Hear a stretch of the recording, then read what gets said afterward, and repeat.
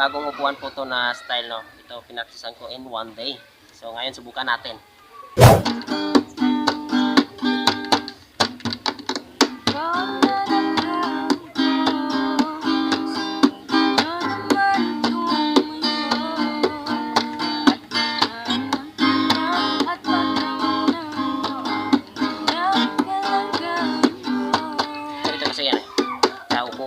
Ba kayo sa loob ng malaking bahay at malawak na bakuran, mataas na pader, pinapaligiran at nakapilang mga mamahaling sasakyan, mga bantay na laging bulong ng bulong, wala namang kasal pero marami yung nakabaro. Lumakas man ang ulan ay walang butas ang bubong, mga plato kutsara na hindi kilala ang tulong, kanin na simputi ng gatas na nasa kahon at kahit na hindi pasko sa lamisa ay may hama. Sarap siguro manirahan sa bahay na ganyan, sabi pa nila ay dito mo rin matatagpuan tao na nagmamayari ng isang upuan, kapag may pagkakatao pinag-ahagawan, kaya naman hindi niya pinakakawalan. Kung makikita ko lamang siya aking sisigawan, oh.